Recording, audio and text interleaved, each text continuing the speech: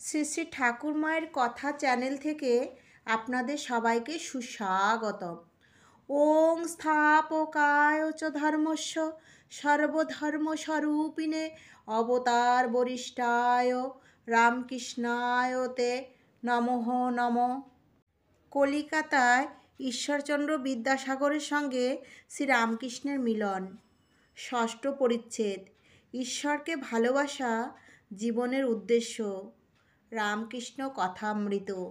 শ্রীরামকৃষ্ণ বললেন, বিশ্বাস আর ভক্তি, তাকে ভক্তিতে সহজে পাওয়া যায়। তিনি ভাবের বিষয়। কথা বলিতে বলিতে ঠাকুর শ্রীরামকৃষ্ণ গান ধরিলেন।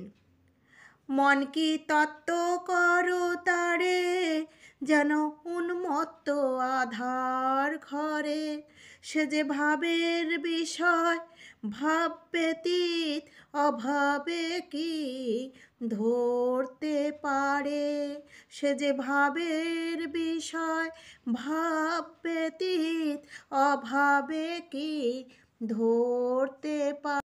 ঠাকুর সমাধি মন্দিরে। গান গাইতে গাইতে ঠাকুর সমাধিস্থ হইয়াছেন, হাত অঞ্জলিবদ্ধ, দেহ উন্নত স্থির, নেত্রদ্বয় স্পন্দহীন। সেই বেঞ্চের উপর পশ্চিমাস্য হইয়া পা ঝুলাইয়া বসিয়া আছেন।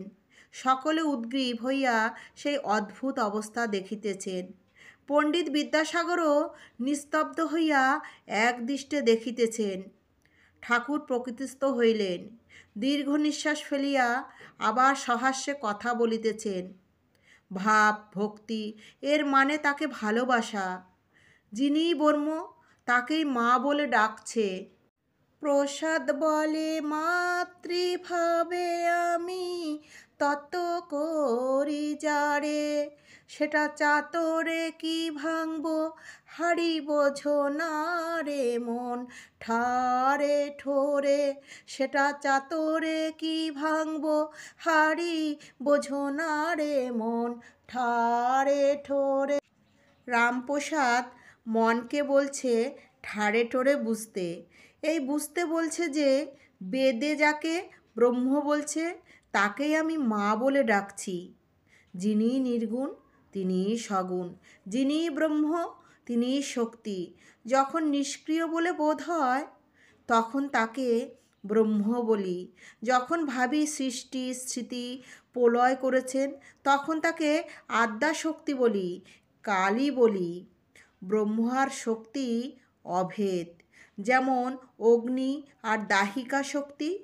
অগ্নি বললেই দাহিকা শক্তি বোঝা যায়, দাহিকা শক্তি বললেই অগ্নি বোঝা যায়।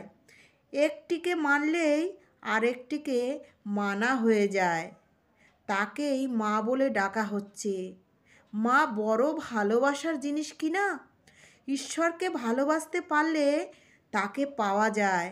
ভাব ভক্তি ভালোবাসার বিশ্বাস। আর একটা গান শোনো। ভাবিলে ভাবের উদয়, যেমন ভাব তেমনি লাভ, মূল সে প্রত্যয় যেমন ভাব, ও সে যেমন ভাব তেমনি লাভ, মূল সে প্রত্যয়। চিত্ত তদ্গত হওয়া, তাকে খুব ভালোবাসা। সুধা হ্রদ কিনা অমৃতের হ্রদ, ওতে ডুবলে মানুষ মরে না, অমর হয়। কেউ কেউ মনে করে বেশি ঈশ্বর ঈশ্বর করলে মাথা খারাপ হয়ে যায়। তা নয়, এ যে সুধার হ্রদ, অমৃতের সাগর। বেদে তাকে অমৃত বলেছে। এতে ডুবে গেলে মরে না, অমর হয়। আজকের মতো এটুকুই। শ্রী শ্রী রামকৃষ্ণ কথামৃত নিয়ে আপনাদের সম্মুখে হাজির হব আবার পরবর্তী প্রচ্ছদে।